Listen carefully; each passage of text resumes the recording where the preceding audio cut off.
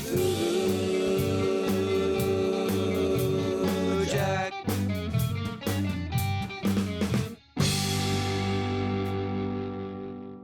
Executioners picks up several years after its predecessor, the Heroic Trio. This 4K and Blu-ray gorgeous Criterion version opens with a voiceover and montage showing a nuclear attack. We find our heroines, Michelle, Maggie, and Anita back once again, though this time they take on the crispy baddie, Mr. Kim, an inventor of a water purification system who decides to shut the tap off to the populace. Where have I seen this before? Played once again by the incorrigible Anthony Wong, whose heavy makeup and off-kilter performance rivals Captain Barbossa. Apple. Wong has also resurrected as the lovable now hunchback Gaw, who miraculously survived the last movie. His grunting, animated performance garnered some chuckles from this god.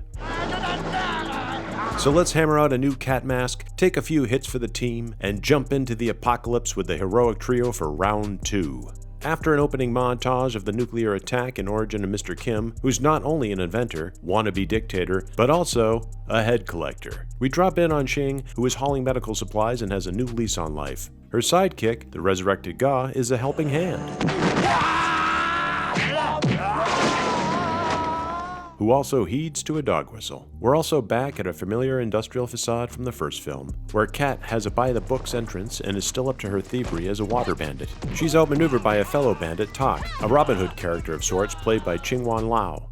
I love everything about this night scene, just a perfect shot. Back in the day, to get smoke to hang like that, we would use either bee smoke, or smoke cookies we called them, or even shotgun smokers. This leads us to Cheung and her daughter Cindy. She's given up being Wonder Woman to be a mom and a wife full-time. At this point, her daughter does not know her secret identity, but is wowed by her abilities.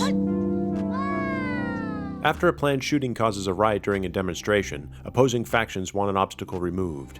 They woo Commissioner Lau to handle it. In typical fashion, it all goes belly up. Lau becomes the patsy and sent out to pasture by the colonel, who's in leagues with Mr. Kim. Cheung is also caught up in the melee and sent to prison. Cindy, on the other hand, is whisked off and saved by Cheung. By the way, this train scene has a wealth of information happening all at once and is so well crafted. You add this haunting scene with the colonel and his men juxtaposed with Cheung and her husband, all very poetic. I'll let the president take this one on the plot. Cheung and Gao take the president's double and lead the colonel's military away as the real deal is hustled into the basement and dealt a medical upgrade. Gao sacrifices himself to save Cheung and the others, and of course the only way Gao would go down. I'm not certain on the timeline here. In some scenes, days last as they should. In other scenes, particularly in the prison sequences, come to last years. Perhaps that was director Johnny To's idea of how time feels passing by when being locked up. During her stay, Cheung hammers out a new Wonder Woman mask for metal while using a bolt. Now that's hardcore. She eventually escapes while Kat and Cindy are on a mission to locate an uncontaminated water source. They meet up with Tak, whose demise rests with Davy Jones as Kat and Cindy emerge victorious.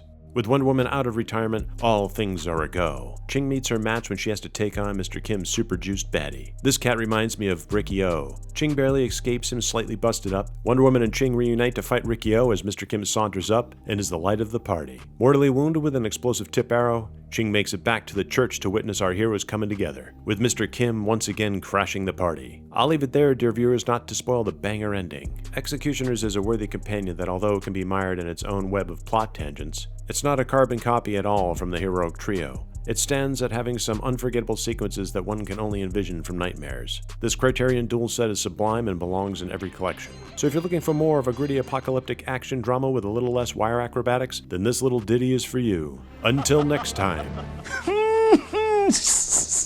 Love is for Lovecraft this February, 25% off store-wide at our Etsy shop. 158 5-star reviews with 440 sales and counting. So click links below to be notified. Many thanks for the support, and Hail Cthulhu!